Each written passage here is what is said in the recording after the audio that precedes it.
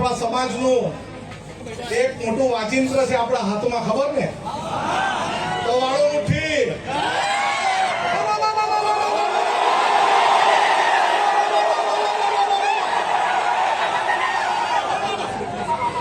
આપણે આદિવાસી સમાજ એટલે એક એવો સમાજ આ દુનિયામાં છે એ કોઈના બાથી ડરતો બી નથી અને ઝૂકતો બી નથી. એ આ ચેતરભાઈએ સાબિત કરી દીધું છે.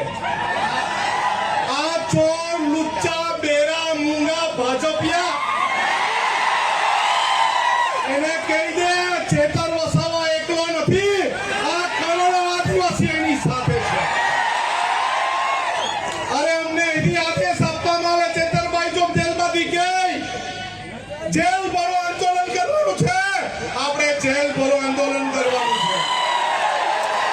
અરે ગુજરાતમાં એવી કોઈ જેલ નહીં મળે જે 1 કરોડ આદિવાસીને જેલમાં મૂકી હતી.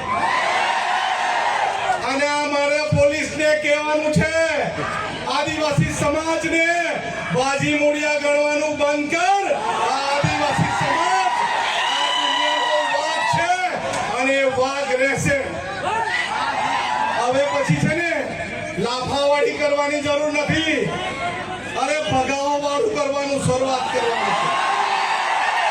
મારા ગામમાં ભાજપીઓ નહીં જ ચાલો ભગો.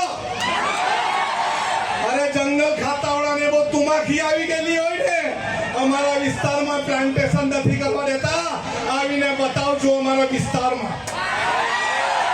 અરે આદિવાસી સમાજ એક દિવસ ડેરીમાં દૂધ ભરવાનું બંધ કરે ને તો આ બધા ભાજપીઓને ચા પીવાની બી નહીં મળે. અરે આદિવાસી સમાજ પોતાના વિસ્તારમાં પડેલું વરસાદનું પાણી રોકી જાય ને તો ધોવાના બી ફાફા થઈ જાય. આપણે એક રહેવાનું છે. પાર્ટી પક્ષમાં જ્ઞાતિના ફાટામાં ફટવાનું નથી, બટવાનું નથી, વેચાવાનું નથી. આપણે બોર્ડર લેસ બનવાનું છે. દરેક ભારતીય આદિવાસી એક થવાનું છે. મારો વિસ્તાર તારો વિસ્તાર નહીં. જ્યાં પણ કોઈને તકલીફ પડે, મહારાષ્ટ્રમાં લકીભાઈને તકલીફ પડે તો આપણે સૌએ ત્યાં જઈને એને સહકાર આપવાનો. આપણા વિસ્તારના દરેક લોકોને મારે અપીલ છે કે આ વર્ષાબેન એના કુટુંબની જવાબદારી એક ભાઈ તરીકે આપણી છે કે નહીં? છે કે નહીં? અને પોલીસવાળા, અહીંના પોલીસવાળાને બી કહેવા માંગુ છું, તમારામાં તાકાત હોય ને આવનારા દિવસમાં જેલ